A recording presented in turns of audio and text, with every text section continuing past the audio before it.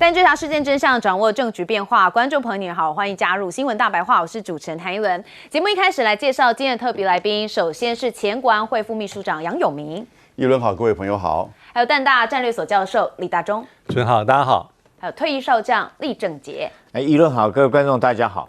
我们还是要来关心日本首相高市早苗，因为他现在面临了多重的压力，但是他到底会不会把他的言论收回去呢？目前没有看到这样子的迹象所以现在呢，日媒有说这个川高有同意要合作平息北京的怒火。好，也就是这美国总统川普谈到了中日关系的时候，就有说到有必要加以管控，所以日媒这边就有说相关人士就有报道说，并未要求日本首相高市要撤回7日在众议院的台湾有事发言。好，那川普跟高市的通话，牛弹琴这边也解读了。我们来看说从2通的电话当中的细节足以说明日本自视为美国铁杆盟友的地位，那恐怕就只是自身的想象，因为高市自以为对陆方强硬能向美国表态，但却没料到美方在眼中他反而是一个麻烦制造者。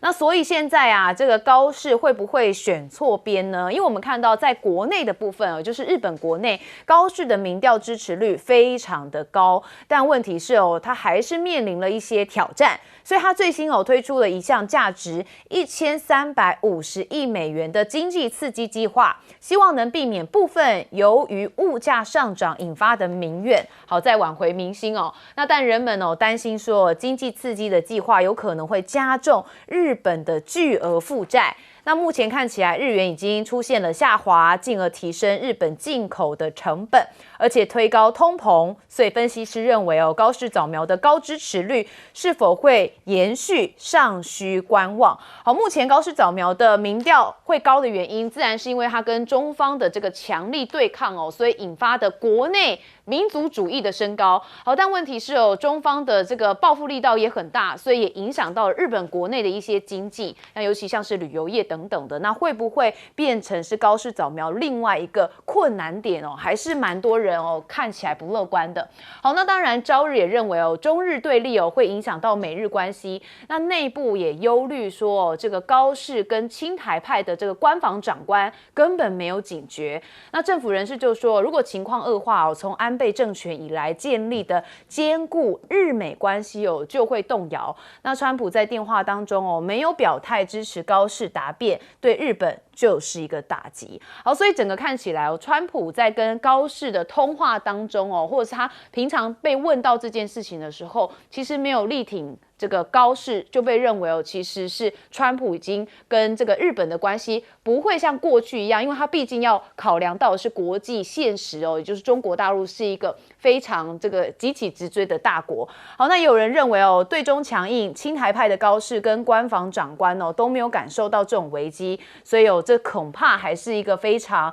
有疑虑的问题。好，那石破茂也谈了历届政府有尊重台湾是中国一部分的立场。好，我们看到这当然是石破茂。那石破茂的这个关键点就是因为他是日本的前首相好，那他有批评这个首相高市早苗的涉台言论。那他谈到历届政府其实理解跟尊重中国关于台湾是中国的一部分的立场。他说这是不容改变的事实。那中国驻日本大使馆在社交网站上面就转发了有关石破茂演讲的一个新闻报道。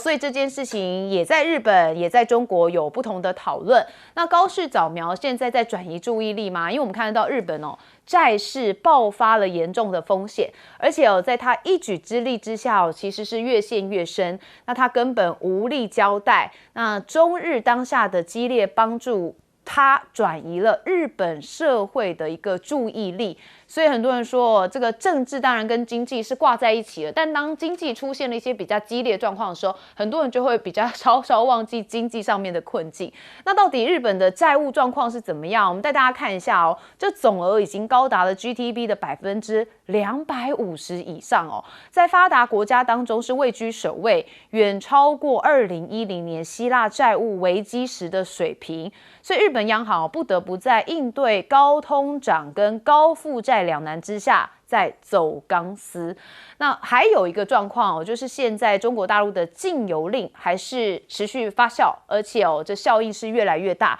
12月份中国大陆飞日本停班的航班2天内，你看暴增了2倍以上。那台湾有事的效应真的也扩大尤其是到这个冲绳的航线说减班是砍爆的状态。那中国学者有198人都是临时撤不回那也就是中国大陆这边的政府不满情绪外溢不只要求国内航空公司调整到日本的航班，其实冲绳也成为第一个承受冲击的地区，因为航线减班学术交流停摆，甚至国际会议出席者大幅缩水。那当地观光产业跟学界接连感受到这件事情的余波。那对冲绳影响很大，是因为冲绳主要就是以观光产业为主嘛，所以如果中方的这部分都不来观光客了，当然就会很大冲击了。好，那我们也看到中日关系的部分是高盛有做出报告表示如果日本的旅游业跟对华出口下滑，就会导致日本的 GDP 增速下降约0.2个百分点。好，那至于中国对日本部分的消费品出口的限制措施，就会额外的拉低经济增速0.1个百分点。那如果出口限制扩大到非消费品的话，对 GDP 的影响就可能是成倍的在增加当中。好，所以现在中日的关系还没有消除整个疑虑。好，因为高市目前是没有撤回他的言论，这件事情让中方这几天还是非常不满对日方是频频的叫嚣。那会不会也因为这样，有一些艺人受到影响了？像滨崎步跟这个和田勋这日本艺人都要到中国大陆这边来开唱，结果真的是临时取消这个到中国的演出，所以整件事情演变成全方位的部分真的有些人也很担心会擦枪走火，如果变成是军事冲突化就更不好了。好，我们先问永明教授。我先讲石破茂的发言被中国驻日本大使馆转载，那我看了他那个转载的内容是完完整整石破茂的发言。我们先讲1972年日本和中国建交的时候，当时有一个叫做中日联合声明，第3条里面就提到中国政府重申台湾是中国的一部分，日本政府理解且尊重中国政府立场，并且会遵守波茨坦宣言第8条的内容。那第8条指的是就是开罗宣言会完全的实现，所以其实逻辑上也没有错，只不过是日本政府后来就比较是用这种间接的方式我尊重且理解且尊重中国政府立场，他不会直接说我理解且尊重台湾是中国的一部分，但就逻辑就法理上其实也没有错。那从中国大陆的角度，石破茂就等于是不再婉转，而是直接讲了出来。那特别在这个当下，我看了产经新闻登的这篇新闻之后，他底下的留言5000多个，绝大部分都在批石破茂。你为什么那么这个损坏日本的国家利益？其实石破茂没有做什么错事，他只不过是直接的讲出来。过去1972年到现在，中日之间在针对台湾议题，日本政府的立场不再那么委婉那可是呢，高市因为他到目前为止都不愿意撤回，而不愿意撤回，我觉得3个原因。第一个原因，那就是民粹政治的考虑；第二个呢，是在整个右翼的战略布局上的推进；第三个呢，是他以为美日安保还是最核心的。那我们先讲第一个，民粹政治上考虑，他现在共同社民调是65%，读卖新闻民调是72%，相当高啊，所以你说还是在蜜月期吗？但是他的支持率其实大部分跟这个他的发言和日中关系都比较无关。可是呢，我觉得比较保守的以及一些年轻人，其实是在哄抬他的支持率，是有这个因素存在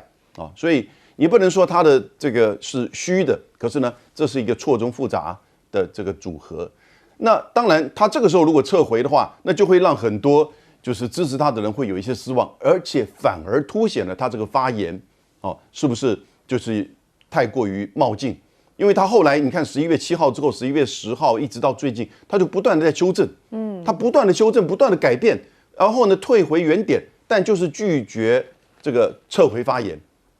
那因此在第二点，也就是右翼的战略布局，因为他接下来还要做修改非核三原则当中的不引进核子武器。非核三原则在1964年佐藤荣作提出来之后，其实一直很深植在日本的民间社会。那这个要改很不容易，所以他必须要有一些这个支持，然后有一定的就是说在议题上特别要维持一些安全议题，不断的要成为政策的主轴。结果他本来以为说台湾的议题、台海有事的议题可以延续安倍，结果呢，这个发言过于急，所以我是觉得他现在当然也不会撤回，因为他接下来目的要修改非核三原则啊。但是他以为说美日安保可以去持续，可是他显然搞不清楚川普的思维以及中美关系的变化的这个大局，所以呢，结果被川普一敲打，那整个日本的现在右翼网络上其实有一点懵了。有一点觉得认怂了，那这个时候石破茂这个话一出来就被人家打了，所以才会形成现在的情况。好，大中教授怎么看？对，我觉得目前看起来高市早苗应该是没有太多的一个空间说大幅度的一个软化或改变政策嘛，因为主要是11月7号之后，他的确就像刚才杨老师所说他有一些口径上的放软比如说未来用字遣词会更加谨慎小心不会就特定的一个议题或状况来去表态说自卫队会不会采取军事干预，他那些话都讲过，包括在11月10号，还有包括前几天有类似的话。但是呢，他也讲就是说不会撤回相关的一个讲话，之前的讲话也没有必要做检讨，因为日本政策并没有任何的改变。那代表什么？代表是目前的状况可能会继续的这样子下去。顶多高市早苗包括他的一些内阁的官员会用一些叠加式的一些讲法，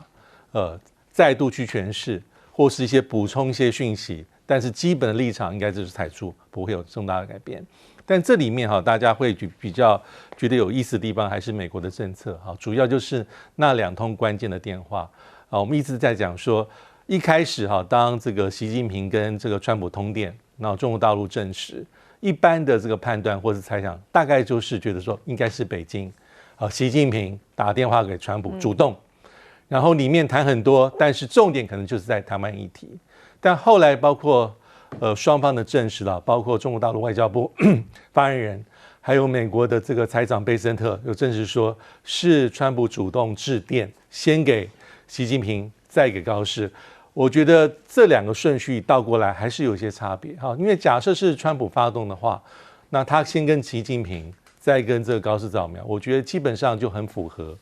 川普的一个路数啦，跟他的风格。他是不希望发生冲突的人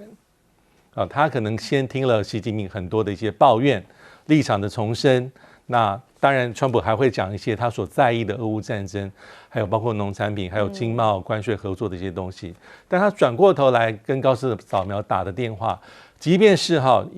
有一些外媒会说好像这个川普要求说这个局势要稳定，跟高市早苗说绝对不能失控，要控管分歧。但是也特别补了一下说，也没有要高市早苗说把讲的话撤回起来。但是可以看出这几天这个日本政府对这个议题还是非常谨慎的。他不希望外界有个印象是高市跟川普的通话当中，川普要他很克制，他不希望有任何一丝一毫这样的讯号或是这样的印象出去。但是我觉得按照川普的最基本的逻辑，他要求的应该是这个东西。他的确没可能要你把讲的话吞回去，但是他希望说不要在中日。不要在这个议题上，台湾议题上出现任何的纷扰或是波折，因为这不是川普想要关心的事情。川普有一个很鲜明的一个在这个社群媒体上的讲了一大段话，后来被白宫发言人引述。那里面基本的话就是说，我跟习近平很好，美日同盟也很重要，但基本上大家是要做好的事情。不要互相的做不好的影响，这是川普的一个最核心的逻辑。因为到目前为止，美日同盟重不重要？重要，但是川普最在意的还是中美之间的贸易关税谈判，目前要大势抵定，而且要铺成他明年4月份春暖花开去这个中国大陆做访问，这是他最关切的议题。好，就是所谓整个交易的盘里面这个川普的优先顺序，当然还是美中之间的问题好，将军。我们都知道这个日美关系固然重要可是中美关系的重要性绝对大于日美关系，因为这个川普自己也讲了嘛，现在已经是 G2 两个集团的一个时代已经来临了哈，所以我相信中国在这个川普心目中的分量绝对比日本还要重，所以也因此我认为川普才会主动打电话哈给习近平，然后之后马上立刻打电话给高市。那很明显的，我认为川普这通电话，明眼人应该都看得出来是在对高市施压哈。这个当然不至于说叫他收回言论。但是我相信，川普这时候一定希望说，东北亚这个地方啊，不希望因为日本你高市这些发言造成局势的不稳定。那现在来讲的话，我也不认为高市会将这些话收回，因为我们从时间序上面来看，当川普打完电话给高市之后，哈，紧接着我们就看到他们日本在党首会议里面的野田佳彦，我觉得那是做球给高市，让他来回答，希望借这个话哈收回。当然，高市不可能说，我收回讲出来明白，但是从他发言的几点内容，感觉上面他已经有收缩退却的一个迹象，甚至于事后这个野田佳彦还帮他这个解释说，他实质上他讲这些话就是已经收回了。可是我特别要强调，中国大陆对这件事是绝对没有任何模糊的空间，他叫你收回就是收回，他绝对不会给你任何灰色地带。为什么呢？因为我认为这次中日之间高市早苗这段发言之后，现在中国是谁在负责处理这个事情？我觉得是习近平亲自在 handle， 亲自在掌握。所以包括到外交部包括到我们等一下会讨论到国防部甚至于说是这个中国下面的各部会甚至于旅游或商业啦大概全体都一致的行动，全部都动起来了。那我们看一下，当然现在你可以说高市早苗他的支持率由于民粹的关系可以冲到甚至于到70%以上这么高支持率，可是我觉得这个会不会是不是能够持久，但是就变得有待观察。为什么？因为我认为日本现在来讲的话，其实它最重要的问题不是外交上的关系，不是跟中国之间关系，也不是这个日台之间关系，而是它自己本身国内经济的问题。我们都晓得，日本自从这个广场协议之后，日本衰落了30年。那尤其是在这个他讲完这段话以后，跟中国11月7号到现在，它的这种股票指数跌了4000点将近跌了7%，然后汇市来讲，日元也贬值到1比156日元，甚至于国债来讲的话暴升了，殖利率暴升了1.8%这么多如果他在要借1350亿美元来刺激经济，我觉得会对日本来讲的话，它的国债会造成更大的负担。好，确实这是日本的一个危机考验。我们休息一下，马上回来。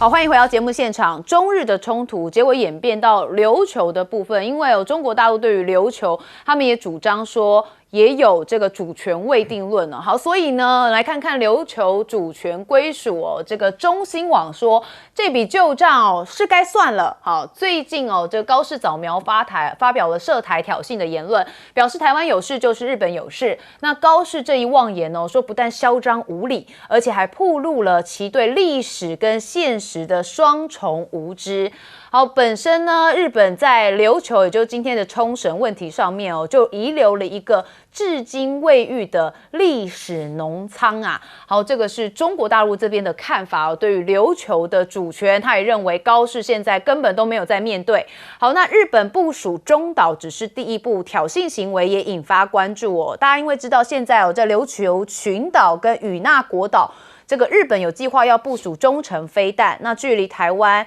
大约110公里的是与那国岛。好，那这个部署被日本的防卫部门说是防御性的措施，但是日本部署中岛只是第一步。好，另外俄罗斯10天之内3批日本批是批评的批。好，说第3次警告日本之后，这个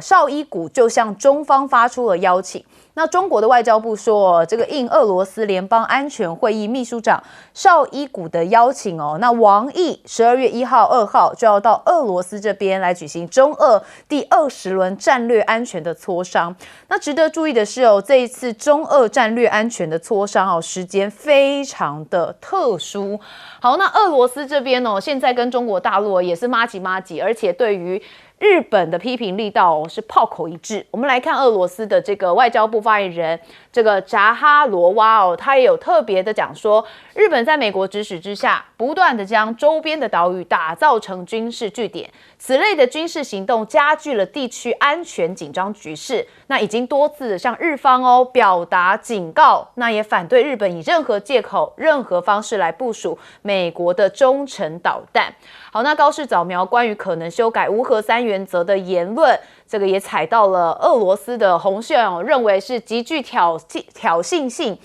对于地区的稳定构成了威胁。那他说，如果日本在此方面采取了实际行动，就会对全球的战略安全保障带来不可逆转的后果。好，那我们看到美国加手纳基地他们现在部署什么呢？这是军文网站所报道说，美国空军驻冲绳的加手纳基地有一架 MQ-9 无人机10月上旬首度运用滑行道完成了起降作业，那也展现这个无人机的操作潜力。然后他们希望验证的就是弹性战斗部署的概念。那美国空军这边也回应说其实这个 MQ-9 由加手纳的基地官兵操作升空之后，那操控权就随即移交到美国的本土官兵，那由远端操控模拟执行之后，后续的任务以及降落的流程，那验证的就是美军全球协同作业的一个能力。那是不是也跟进台韩、日本明年度希望能够采购新型的这个岸置反登陆艇的飞弹？这是美国海军学会的新闻指出日本自卫队其实有意在新年度要筹购岸置反登陆艇的这个飞弹系统，希望能够强化在西南诸岛滩岸的防卫能力，要这个遏阻潜在的威胁侵扰的意图。所以你可以看到，这军事行动其实每一个国家都还是蛮多的动作在进行部署的。好，但是军事引发，但是也是外交的部分大家都是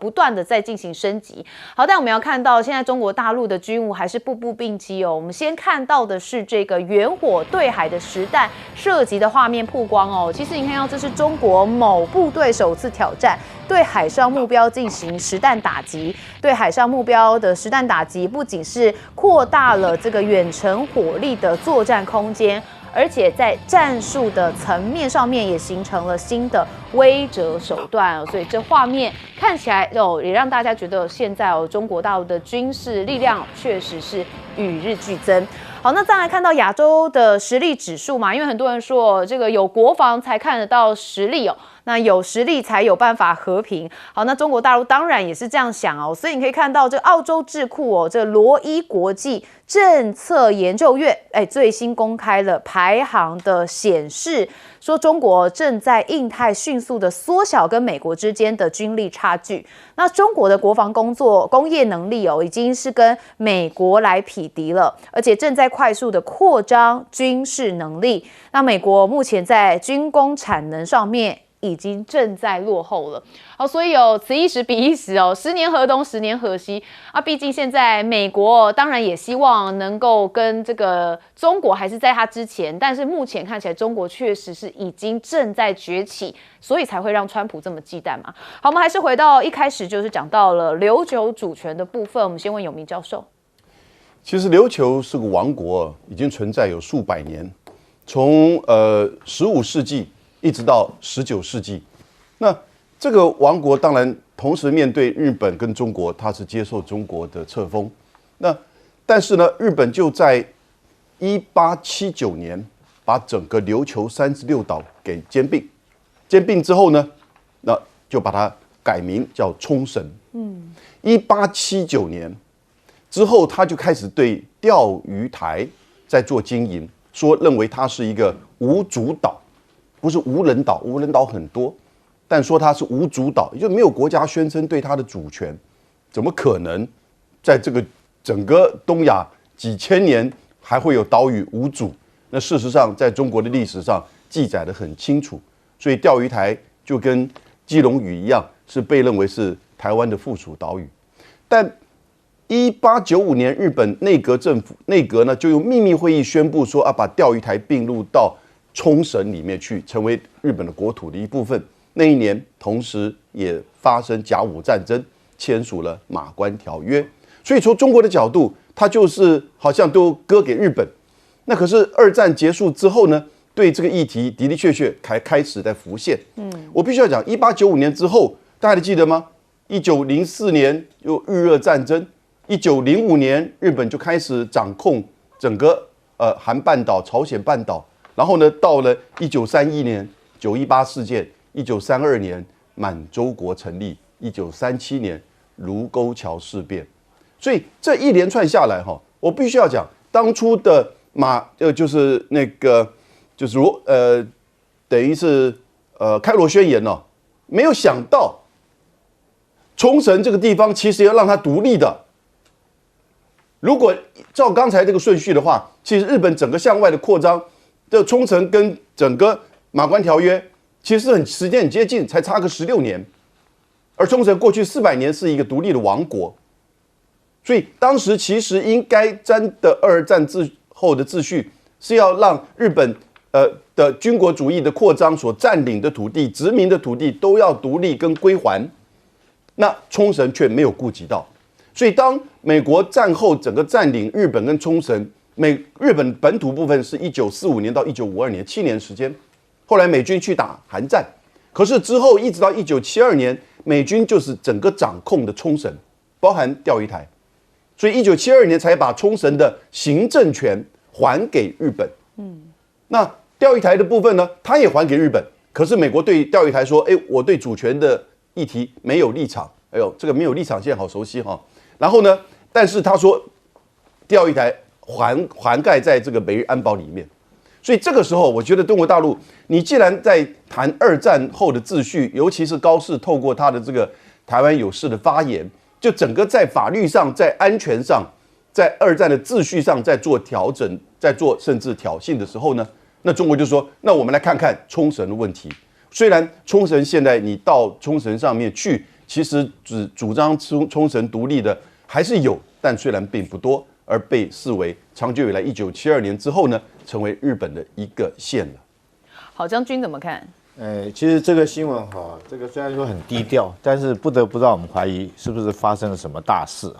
这个你刚刚讲的这个美国空军表示有一架 MQ-9的无人机在加索纳基地起飞以后，由美国起飞以后换美国那边来远端的操控。可是你知道，在23号跟24号分别有2则新闻，是说 MQ-9无人机坠毁了然后第一个是说坠毁的地点是在韩国有坠毁一架，那这则新闻在我们台湾的自由时报上面有报道出来。那另外有一则是说由加索纳起飞之后要到日本九州机场，那由于这个飞行的就像你现在讲的在远端操控，后来发现说它不受控的话，为了避免着陆的时候造成更大伤害，说美军自己让它掉到海里面去，在海上迫降。那讲得很好听说是这个美军自己操控在海上迫降，那换言之就是在海上坠毁了嘛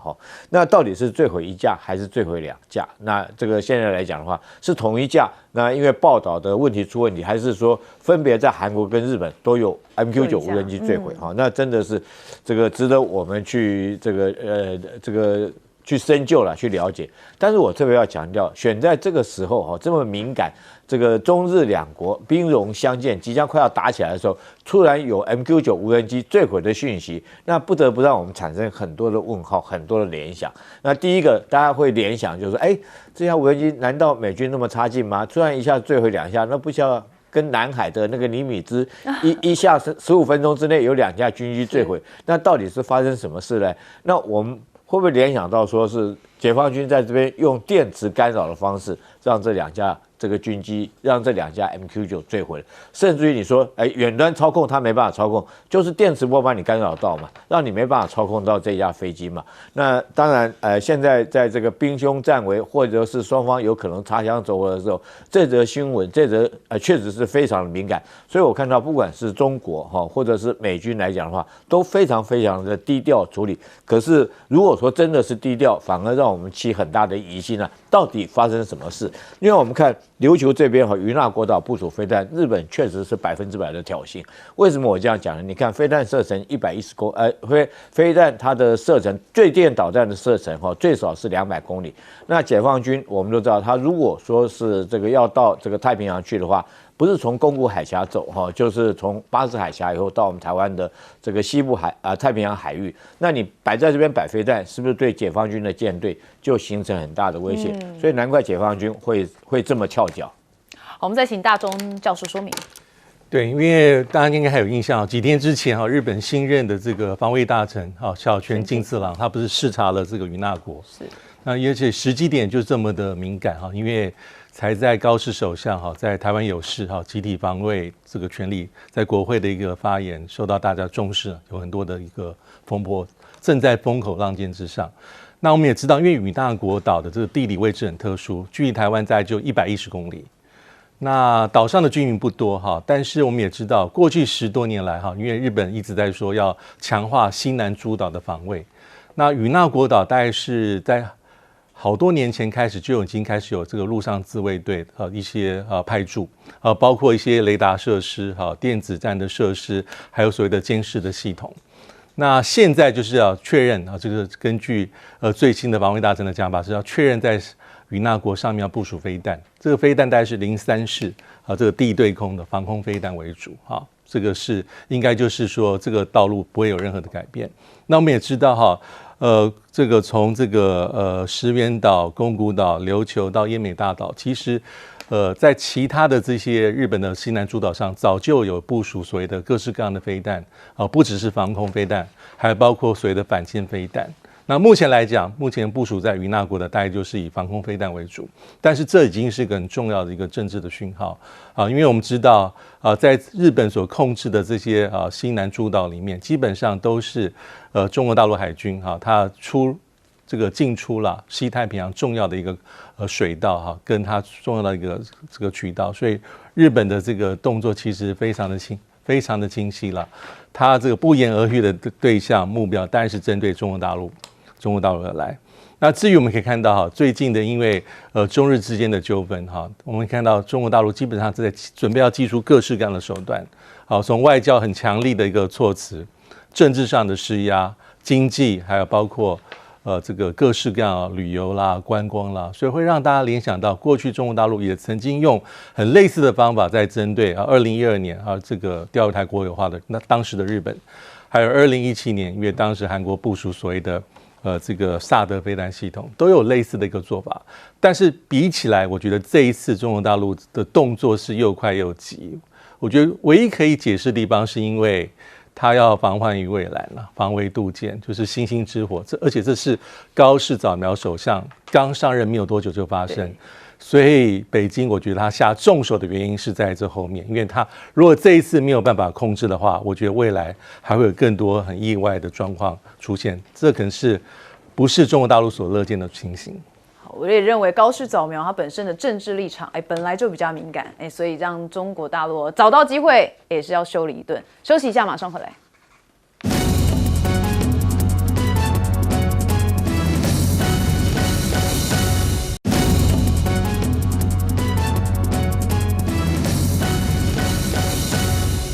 欢迎继续收看《新闻大白话》，我是节目主持人樊启明，介绍这节的来宾：退役中将帅化敏帅将军。主持人好，大家好。政大国安中心兼任研究员严正生严老师。主持人好，各位观众大家好。资深两岸媒体人徐和谦。大家好，我是和谦。好，这节我们来关心就是中日之间的一些冲突越演越烈，甚至已经扩展到了包括了娱乐圈、包括了经济圈，都受到一些相关的一些阻碍。这边可以看到是滨崎步，还有像是和田勋有非常非常多的日本艺人，最近在大陆进行相关的一些演唱会都被迫取消。我们从画面上可以看到，这个滨崎步在虽然是已经取消的这个演唱会里面，他还是一个人把整首的歌唱完表达了一个他自己的一个专业。不过现场没有半个来宾，那所有的理由包括了这些像是滨崎步或和田勋都是用不可抗拒的因素，所以这些理由其实大家都很清楚，只是讲不出一个实际的一个理由。最离谱的状况可以看到这个画面，这个是日本歌手，他叫大龟真希，他在上海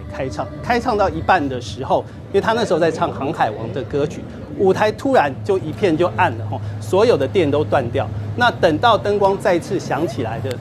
来的时候，他就是一脸错愕。你可以看到他的嘴巴张得非常非常的大，是被工作人员给带下台。这主要还是反映在这个中日之间很多的一些层面都受到了一些影响。这个是大龟真希在上海的演唱会硬生生的被卡断。而另一方面可以看到，南华早报也相关的一些报道，因为相关的一些对立，北京已经喊停中日双边的青年交流计划，日本被告知整个计划取消，从影剧圈到青年交流都取消。而另一方面，禁游令也持续的扩大。12月份大陆飞日本的航班在2天之内暴增了2倍以上，很多班机都取消。目前已经有停了904班，占总数的16%，短短2天增加了2倍以上。除了这个禁渔令之外，包括像日本很有名的一些厂牌，像是这个无印良品跟 Uniqlo， 他们也都受到了一些影响因为很可能再持续延烧下去，会变成这个商品，就是不买日本商品的这样的一个运动。目前持续的在进行观察，这样也引起了日本商界的一些相关的一些紧张。可以看到，日本经团联的会长他特地跟中国大使来会面，呼吁要继续的进行商务交流。他们是期待明年1月日本经济代表团在访问北京的计划能够如期实施，不要受到最近的这个相关的一些影响。而另一方面，我们来看日本，他们自己国内反战的声浪可以说是越演越烈这边可以看到有非常多的这个集会参与者，他在现场发表一些演说，针对的是最近日本政府他增加防卫国防的相关支出，希望试图还要考虑修改所谓无核3原则的企图。而另一方面，还有一个这个巴西漫画家，他常常绘画有关于高市早苗的一些讽刺的图案，他也参加了这个在东京的这场抗议活动然后表达了对高市早苗的一个不满。另一方面，我们来看看这个石破茂今天是前首相不断的有提出一些呼吁跟提醒。最新的一个提醒是说，因为台湾是中国的一部分，这个说法是大陆非常非常在乎的。他觉得日本的包括了政界不可以去踩这个红线。按照他的说法是说，历届的政府都能够理解，并且尊重中国关于台湾是中国一部分的一个立场。他觉得这个问题绝对不能去碰触，绝对不能去踩。因此呢，这样的一个说法呢，中国驻日的这个大使馆也在这个社群平台上进行转发，表示认同他的这样的一个言论。而另一方面，可以看到石破茂还有一个说法是说，就是日本呢就是学不会，包括了在2战时期，他明明知道打不过美国，国力差了10倍以上。打不过，为什么还要去动手？那对于这一次对中国大陆，同样的还是采取一个挑衅的一个手段，所以石破茂也对于目前的高市早苗的一个政府采取这样的一个动作是相当的不以为然。再来，我们来关心这个川普因为川普的沉默一直让日本政界跟日本的这个舆论界相当的一个注意。他虽然打电话给这个习近平，也打电话给高市早苗，可是呢，按照川普的个性，重大议题他第一时间一定会马上出来讲。可是到现在，川普他都没有讲过任何一句话，形成的一个大家的观察是说，美国根本没有站在高市早苗这一边。日本是非常清楚，美国最高决策层并没有像高市预期对日本有一些相挺那包括了这个日本上智大学有学者有提到，对川普而言，日本只是美中关系的一张牌，最重要的还是美中关系。又让人家回想到26年前1999年的时候，当时的川普非常的年轻，他在接受访问的时候讲了一个大白话，他说日本根本不是真正的盟友。我们请孙将军。首先讲今天这个高市早苗这一句很不负责任的话，你当议员的时候你胡说八道没人 care， 你当了一个日本首相，你讲话包含一个国家政策的一个改变跟对邻国的一个挑衅，当然引起中国的反应。尤其日本在历史上跟中国的苦大冤深的这个恩仇的情节，中国人很容易被极化。所以你现在看到，不要政府怎么样去命令老百姓对这个抗日的这个情绪很容易扩散。是。你说飞机航班停班，那你日本的旅游业一定受伤，你的成衣卖不掉，你的日本货卖不掉，你的经济会受压迫。所以这个问题高市早苗这个行为光一句话还不会让中国产生这么大的反应？因为高市早苗的常常提的，这是日本的一贯政策。那这换句话说，日本要恢复国家正常化，军国主义是它的一贯政策，无意中间暴露出来。第二个，中国大陆也很仔细的观察日本最近的军事部署跟活动，完全配合美国的滨海战斗团在所有日本的所谓珍珠链上的岛屿上部署军力、部署飞弹。美国当年的滨海战斗团是因为他觉得第一岛链的防卫能量已经减低了，台湾的问题也不可守，是，所以他把陆战队改成班排的那个小组，在荒岛上放上这个飞弹，也就是印太司令讲了，就说一旦有战争的时候，把台海变成地狱一样的火，这种是夸大的一个言辞。但是日本居然配合这种原来是恫吓性的行为，增加了更多的飞弹部署，那么又控制了宫古海峡，也控制了巴士海峡。这对解放军的海军想要到太平洋的2条通路啊，完全在日本的飞弹的威胁之下，造成一种形式上的一个封锁。当然，中国不能坐视这个问题，而且你这个飞弹的部署根本不是对日本的自我防卫。石垣岛、宫古岛距离日本的本土超过1000公里以上，1200公里，你摆那个飞弹在那里干什么？不是防御啊，那反而是攻击性的。所以这个问题就引起了这个亚洲很大的一个风波，包含你让俄罗斯更明显的表态，对你日本又产生警告。所以日本呢，原来是靠着美国的庇护啊，面对三面环敌，它的北边是苏联有核子武器，朝鲜有核子武器，南韩并不真的友好，中国大陆更是有夙愿在那边。所以你这一句不得当的一句话呢，促使了中俄之间对日本的这个反日本的情绪就高涨。所以这个日本是自己面临了危机，不管是经济上损失的危机，在亚洲地位的问题，就是你是一个 trouble maker，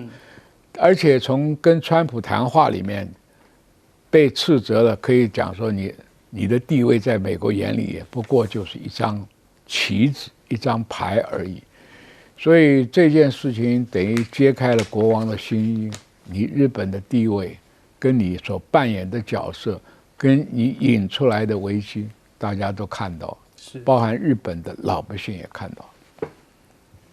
请和谦。是。这一次这个高市早苗的发言风波啊，持续到现在已经超过20天啊，这个至今没有缓解的迹象，反而刚刚我们主持人说到了，中日的民间交流的中断有扩大化的倾向。那甚至包括我们看看《海贼王》这个动漫歌曲，连唱都没有唱完就把它拉下来啊，要它暂停，也可以见到说这个禁令是来的扩大化的禁令是来的非常的急，而且也要求执行的非常严格，没有什么转圜的余地。那为什么会这样子呢？我想这可能跟这个高市早苗一直没有去呼应或是回应大陆方面的诉求，也就是说撤回他的言论啊有关，而且。更严重的是啊，在11月26号的时候，这个日本最大的在野党立宪民主党的党首野田佳彦，那野田之前也当过日本首相，所以他知道这个中日闹成这样的一个危险性，所以野田佳彦其实是把原本的11月7号的最初的问题再问一次，就问高市首相说：“你现在已经引起这么多的经济的风波，你现在还要维持你原本的立场吗？”结果没有想到，这个高市首相呢，他只引述了旧金山合约当中日本放弃台湾这个主权啊，跟放弃台湾的法律这个权利的这个立场，然后说日本没有立场去认定台湾现有的法律地位，但是他没有对于包括二战后结束二战的几份重要文件，从这个开罗宣言到波茨坦公告到日本的降服文书这几件这个去载明，或者是日本承认说台湾回归到中国，也就当时的中华民国的这个精神的文件呢，高市都没有去引用，反而只谈了这个中国大陆坚决不承认的这个旧金山合约这个体系，那当然就引起中国大陆更大的反弹，就指控他说你高市简直是错上加错。你的第一层错呢，是你意图用这个模糊或可能的这种语气来暗示你有可能要武力介入潜在的台海冲突。那第二层的错就是说就是大陆就指控了，就是说你高市早苗谈旧金山合约意图就是在去煽动这个台湾地位的未定论。那其实野田佳彦啊，这个当时在做这个答询的时候是想要帮高市圆过来的，甚至在这个做完这个答询之后，他事后还跟记者讲说，这个首相刚刚在答询中没有再提什么海上包围之类的具体情况，我认为首相事实上已经对他的立场做了修正或者事实上的撤回，但这其实是一个代位澄清啊，这个是一个在野党党首去帮执政党的党首去做澄清，那中国大陆会不会买单？看起来不能说是很乐观啊，这个看起来不能说是很乐观，特别是我们看到这个一系列的交流忽然喊卡，就相当于说这个感觉中日的民间交流好不容易这个因为之前。因为这个福岛核处理水排海的问题啊，大陆有过很强烈的反制。那到了石破茂上台的时候呢，好不容易这1年来回温了一些，但是又因为高市的这一番话呀，进入了这个霜冻期，感觉来了一阵冰雹这样子，突然噼里啪啦的打下去，那也让很多大陆这个喜欢日本动漫文化或流行文化的这个歌迷也好、影迷也好，感到很错愕。那至于这个霜冻期会不会延长，变成一个冰河期，甚至进到一个漫长的冬天啊？那我觉得我们还得再观察下去。那最近我们这几天也看到王毅呢，他前2天打电话给法国总统马克龙的外事顾问伯纳，那就说了一串这个大陆对台湾问题的立场，并且也获得法国方面的回应，就是说法方完全理解中国对台湾问题的正当立场。那因为马克龙下个礼拜马上去访问中国大陆了，所以我想法国政府在这个时候，这个对王毅的这个诉求给予一个充分的回应啊，是可以想象的。那昨天呢，王毅又见了英国首相的国安顾问鲍威尔在北京，那同样也说了，希望英国捍卫一中原则，共同捍卫2战胜利成果。显然就是要把除了前几天跟 Trump 跟这个习近平打电话之外，现在要把法国、英国还有原本就支持大陆的俄国，整个联合国的5常所有的战胜国，大家拉到一块，然后去告诉日本说这个。台湾已经回归中国这件事是一个国际的联合国5常的一个共识，那他也要求这些国家去对日本做一个算是做一个共同的在外交上的做一个围堵。那所以相对来说，虽然高市这一番发言啊，使得中日关系的交流注入了一个很大的绊脚石，但某种程度上。中国大陆也可能通过这个事，因为你高市一直不回撤，或者是一直不做正式的修正，反而大陆有可能借势打势，甚至是隔山打牛，通过把这件事情有点小事化大，甚至是严正也用杀鸡肝用牛刀的这种方式去警告高市、警告日本，同时去压制台湾的民进党政府的立场。那我觉得这个会不会在国际政坛上引起外交战线上的更多的涟漪？我觉得也是我们可以值得继续观察的。可以看到中国是非常有策略性的，这个用外交的战略来对高市早苗采取一些围堵。我们请严老师。我想就如果大家会认为说，好像有一些演习会不会发生这种擦枪走火军事的问题，我想这个是过滤了啊，就是毕竟日本是美国的这个同盟国啊，所以不太可能中国大陆在这个时候去把美国给卷进来啊。那他能够做就极限施压嘛，我相信就全方位的整个社会动员起来从我们刚刚讲的这个娱乐圈也好，或者这个贸易方面也好，或者旅游，全面让日本包括民众不是只有这个政治人物，包括民众去感受一下，就是如果你今天被中国大陆这样的一个拥有那么大市场，也有这么大购买力，然后。如果他们今天的观光客出去，大概是消费能力最强的这一批，如果你们都不要了，那你们会不会对你们有些冲击啊？那我想这个时候我们台湾真的不应该再去讲，如果滨崎步在大陆被关，我都欢迎他来台湾。对不起来台湾你能够唱几场大陆是这么多个城市，如果最简单就是我看到台湾过去我们也常常会谴责一些台湾的艺人，其实有些艺人去大陆或者包括日本的也是一样，他并不是见得说一定是说要赚那个人民币，而是觉得说居然有这么多的这个大陆的这个观众或听众喜欢他们的东西，那个有成就感，成就感是很不错的，你知道？那结果你今天把他们给这样子封杀了，那我觉得当然对日本的这些艺人也或者说一些表演者来讲，甚至是创作者来讲，都会蛮大的一个伤害。那会不会就是透过这样的一个制裁，让这个社会的动力起来，说觉得高市你为什么要讲那个话又不收回，然后影响到我们的生计，影响到我们很多的计划都被打乱了。那我觉得这个大概是大陆目前的一个目的啊。当然，除了对大陆的除了对日本这个制裁之外，他也刚才也提到，何健也提到，就是说你还要动用其他的外面的事，就是创造出一个氛围，说日本我之前也跟我大陆的一个研究日本的专家，我认为他认为他是比较温和的，但他看的事情就是认为说，你日本今天高市讲这些话，根本是利用台湾来遂行日本军国主义复活的目的，等于是说把台湾的问题放大之后，那日本好像安全有疑虑，所以必须从自卫队要变成这正式的军队必须要把这个就是要可能拥有核武也不一定，然后这个国防经费要提高，所有这些动作从大陆的角度看，就是你过去2次大战都没有完全的跟中国或者跟韩国取得一个很明确，像德国一样跟法国跟波兰这样的一个和解。那今天再看到你这些行为，也难怪大陆要把联合国宪章107条拿出来，就说我们武藏是可以对你日本或德国采取军事行动，不构成所谓的联合国要求你们不要做任何的侵略。是这种条文大家都认为说摆在那里根本都已经不适用了。老早就摆，那可是你不适用因为联合国宪章也没有人去像我们什么修宪废掉，就摆在那，川普以前把美国200年前的法律也拿出来用，对不对？针对这个非法移民，所以他们也照样做这个。所以日本，我觉得现在面临的大陆研究日本的人也很多，他们能够把历史中间找出来的东西林林总总要去制裁，拿出来的理由千万种，真的是可以做那我觉得日本就是你插一句话嘛，你讲错了一句话，你在大街上面讲，你在小巷里头好像说我没有怎么样，那你就公开做一个比较清楚的陈述我觉得特别是当高市刚才前面提到，你提旧金山合约，这个旧金山合约大陆不是一个签约者，虽然1951年的时候中华人民共和国成立，所以你这个是在伤口上抹盐。所以我觉得日本知中派也很多，为什么没有办法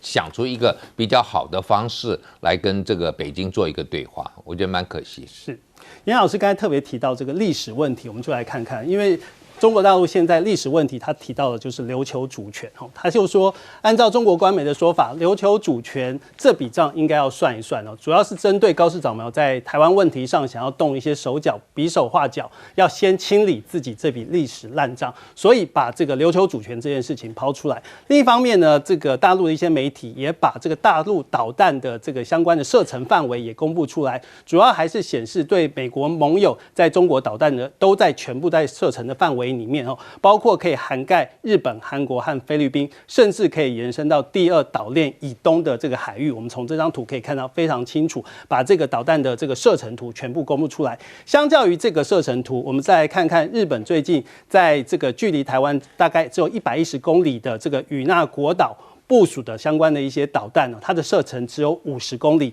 一个是1000多公里，一个是50公里所以这个部署的导弹并没有掀起很大的一个波澜跟相关的一些注意。不过呢，对于解放军的这样一个动作，日本的这个小泉进次郎是相当的紧张因为之前日本的自卫队他们有特别派干部到中国去进行相关的一些访问，小泉进次郎呢特地把这些代表呢邀集起来，他是希望能够多了解解放军有一些更进一步的危机控管，所以可以看到对于军事上面，特别是解放军在军事上面这些威胁，小泉进次郎也相当的担忧。外交上的一些攻势，我们可以看到大陆呢，则是跟这个俄罗斯方面最近合作的非常的紧密王毅即将要到俄罗斯去举行所谓的中俄战略的安全磋商，这个可以看到两国的关系是相当的紧密。而另一方面呢，俄国的外交部发言人最近连续在10天里面3次来批评日本。提到了包括了18号、20号跟27号，有提到历史的教训，有揭露言行不一，还有警告所谓的军事风险，都对日本提出了相关的一些质疑。每一句都击中了日本的要害，画出了很明确的一些红线。虽然俄罗斯对于日本有提出这样的一些警告，可是日本也不敢跟俄罗斯翻脸。这边提到的是，日本不会放弃俄罗斯的石油跟天然气哦。如果呢日本不跟俄罗斯买，或者是俄罗斯来断相关的一些供应，日本很可能会面临非常非常多的麻烦。而另一方面，因为现在到日本的部分，在中国这边有一些进行管制哈，那结果出现了一个很奇特的现象，现在大陆飞俄罗斯的这个班机是班班爆满。取代了这个日本成为中国游客的主要的一个新宠。另一方面，我们来看看美军这边是不是也有做出一些手段，要对中国来进行一些防御，特别是中国跟俄罗斯最近携手的动作是越来越明显。最新的一个发展是说，为了阻止中俄，北约呢，他花了非常多的钱，在一个荒郊野外建造了一座这个雷射基地。那这个雷射基地的目的主要是保护卫星资讯，避免受到中俄的干扰，来破坏所谓的电子战的一个攻势。另一方面呢，在最近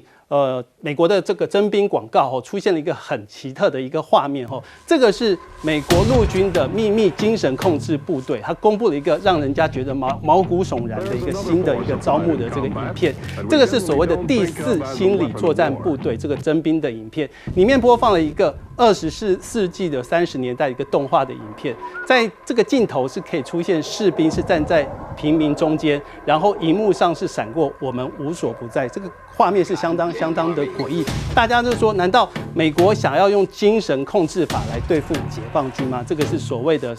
秘密的精神控制部队，在这个时候公布一个相当特别的一个影片。再来看看中国的一些最新的军武的一个发展，现在他们利用所谓的丝瓜络这个作为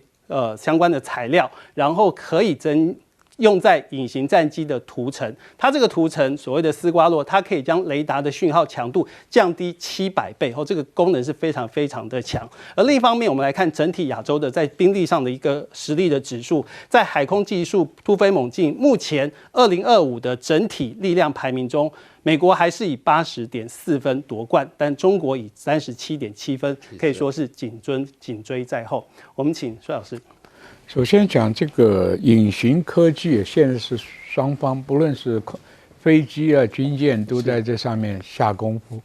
因为未来的战争是 What you can see, what I can hear，就是我要能看到你，我就能打到你；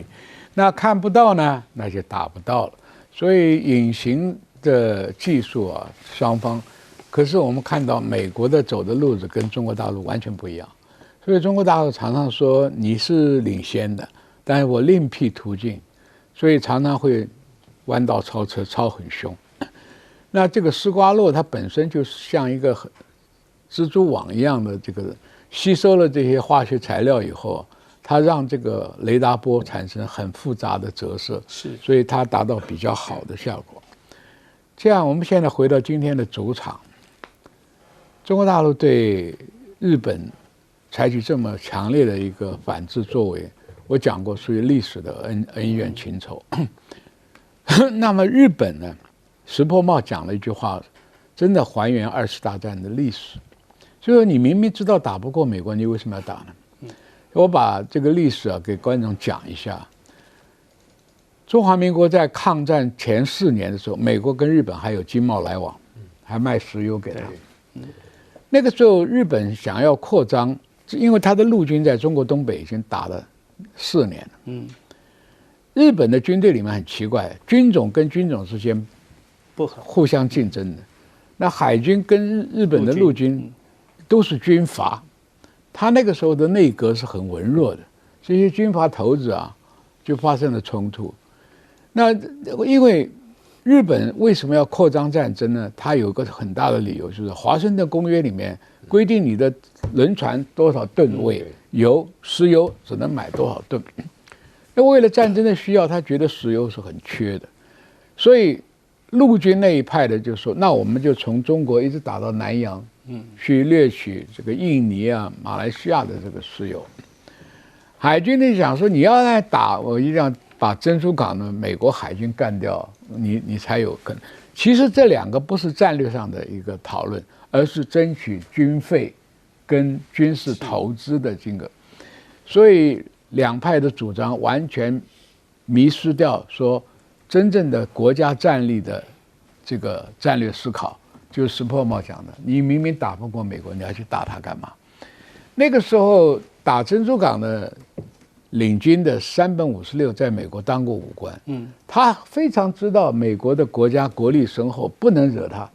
你把他吵醒了，那日本不堪一击。我这一仗可以打赢，但而后就没有把握。所以他这个战略判断跟石破茂讲的一点都没错。石破茂的意思就是把这个故事套到今天，你跟中国打，你打不过，你干嘛去挑衅他？就是同样的一个历史的教训，给高市早苗一个教训。石破茂讲的是实话，你这个时候有必要去挑衅中国吗？其实对你不友好的俄罗斯、朝鲜、中国，都大家还是相安无事啊。而且中国还希望跟日本在加强。你说上次为了福岛的那个辐射，水果也解禁了，海产也解禁了，你高市早苗为了好像凸显你这个日本的极右派，讲出这个话，你又不负责任。美国现在不表态支持你，所以高市早苗这一句话打到自己身上，经济受到影响，旅游业受到打击。在野党石破茂的批判，再加上他马上要面临日本的总预算要通过，因为你答应了美国的5000亿的投资、关税的问题，加上日本30年的经济泡沫，你这个时候提出庞大的这个国家预算，过不了关。是，何况你在日本内阁里面也不是占优势。请和谦。是。这个琉球问题啊，这2天又被大陆的中新社拿出来谈，我觉得还是值得关注的。大家也知道，中新社是除了新华社之外，大陆第2个这个重要的国家级的通讯社，所以前一阵子跟高市早苗的前一阶段博弈的时候，通常是有一些官媒的小号、一些粉丝页啊，来谈这个琉球问题。那这一次是中新社专门发表了一篇文章，引用了一些学者的看法。那其实琉球问题呢，从1943年啊，这个还在开罗会议，我们2战还没打完的时候，蒋介石总统其实就跟罗斯福商量，罗斯福就问过中国说，那你台湾跟满洲跟东北4省你要收回来，那琉球你要不要？那当时蒋中正总统给罗斯福的答复是，合理的做法应该是战后由中美来共管琉球啊，因为毕竟这个当时国民政府他对于这个战后领土的处理，他是以1895年这个甲午战争之后的这个处分为界啊，所以他说这个琉球其实是在那之前，比台湾早之前就被日本侵占了，而且它本来是一个藩属国，本来是一个独立的国家，跟台湾作为一个中国的行省的地位还不太一样。但是呢，到了这个真正的2战结束之后，随之中国内战马上爆发，那中国当时的国民政府也没有国力啊，去真的去共管琉球，到最后联合国就直接把琉球置入这个托管体制之下，并且授权美国来代表联合国去主导这个琉球的行政、立法跟司法。那当时美日之间的默契是，对于琉球问题的归属只认定日本含有所谓的 residual sovereignty 残存的或剩余的主权。那原本美国的这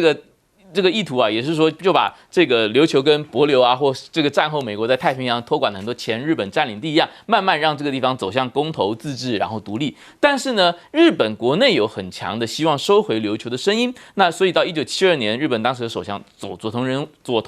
荣作才跟美国尼克森政府达成协议，把琉球收回，但是交换条件就是说，美国可以继续使用冲绳的美军基地。那直到今天，其实冲绳的压力非常大，就是说驻日美军55000人里面，大概超过2万5是驻扎在这个琉球及冲绳群岛。那冲绳以全日本大概只有0.6%的土地面积去承载了，实际上这个超过70%的这个美军基地的存在，整个驻日美军基地的存在。所以其实琉球人民对于冲绳县的人民，他对于这个日美军基地给他们造成的，不管是刑事案件的压力啊、环境的压力啊，甚至是这种日常的小朋友学校里面上学，忽然会有可能直升机突然掉到校舍屋顶上，这种惊恐感，其实是有非常大的怨言。但是大陆这一次呢，他虽然把琉球牌打出来啊，去谈琉球，日本你也是有历史包袱的，你也是有一个未解的主权悬案的，但是他又做的比较技巧，他并没有直接说琉球就应该独立，或者说按照现在有的国际法，冲绳县就不应该是日本的一部分，他倒没有做到那一地步啊，因为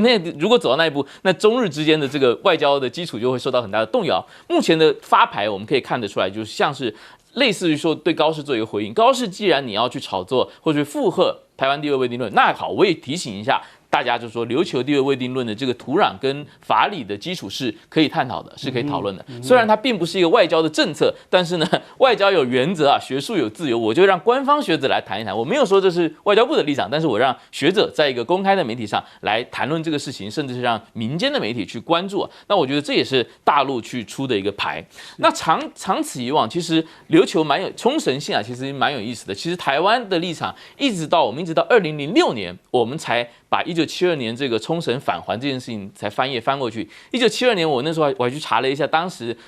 台北的外交部其实对于尼克森跟这个佐藤荣作达成的协议是有抗议的。我们是表示说，你刚说好战后我们是中美要协商，所有的战胜国要协商的，结果美国片面把琉球交还给日本，那这个我们这个国民政府表示至为遗憾。那所以我们一直到2006年啊，这个原本我们对琉球交流管道是所谓的中琉协会嘛，中琉协会驻琉球办事处，一直到阿扁执政的时候呢，我们才答应把中琉协会的这个名字啊改成这个就驻琉球办事处的名字改成这个对日的亚东关系协会的这个系统内，那去承认这个日本对琉球实际上的控制。所以大陆现在把这个火炬对琉球问题的质疑，把这个接力棒接过来，那未来会发展到哪一步？我觉得也值得观察，也值得观察。所以可以看反制高市早苗，从学术、从历史各方面都有一些动作。我们钱老师，那这个我就继续这个话题啊。那当然，王毅他们。王毅对日本是非常熟的啊，所以他也可以知道日本人有一些这种心里头的一些恐惧，所以他特别把俄罗斯找进来啊，那个透过俄罗斯，然后来谴责日本，透过俄罗斯可能说，万一俄罗斯的这些石化能源不卖给日本，日本会有什么样的情况？我想一个。过去曾经做过驻日本的这个外交官，然后今天能够对日本掌握得非常清楚，甚至民情啊等等，所以他会把俄罗斯带进来哦。那日本我觉得说，过去我们这样讲，冷战期间，即使日本是美国安保条约的一部分，但他跟俄罗斯的关系，他也不敢维持得太差。那个时候我记得我们读书的时候还读到他这个叫做 equidistant diplomacy 啊，这个等距外交，就是希望不要偏向哪一方。可是现在日本跟我们现在台湾的这个民进党政府一样，就是一面倒的向美国的时候，俄罗斯今天也可以整整你哦，不要讲说过去什么北方四岛的这些问题要不要归还你啊等等。包括今天他对你的这些贸易的石油的这些制裁的话，他跟着中国走，少卖一些东西给你，你都会受到影响。所以日本，我认为今天大陆的是一个这个组合拳全方位的，那就是把可能跟日本过去有一些这个纠葛的俄罗斯，俄罗斯啊，大家会去都忘了一件事情，就是俄罗斯是第一个被日本打败的西方国家啊，所以这个耻辱它还是存在的哦。所以日本有时候也会担心说，我们曾经让一个北极熊啊，这个羞辱过他，那会不会以后会不会被报复？那我觉得王毅就把这些心理的这些东西啊都拿出来，所以才会看到有这么强的。那你看，包括俄罗斯也出来呛。高市啊，认为说，你会不会走向军国主义？因为毕竟啊，从俄罗斯的过去的历史，从这个1917年之后，它就是一个这个社会主义的政权。虽然现在已经不是了，可是跟日本这个极右派，这个绝对是一个对立的啊。所以我觉得今天他把这个日本就是让日本感觉到这个坐立难安，就觉得说，中国不是只有一个他单独来对我制裁。他可能把俄罗斯也加进来，那这样的一个情况，那个美国会不会来挺高市啊？我就觉得说，当中国对你制出这么多贸易制裁的时候，或各种旅游制裁的时候，美国你在干嘛？美国说你可以卖给我啊 ，Uniqlo 全部卖，可是一看还有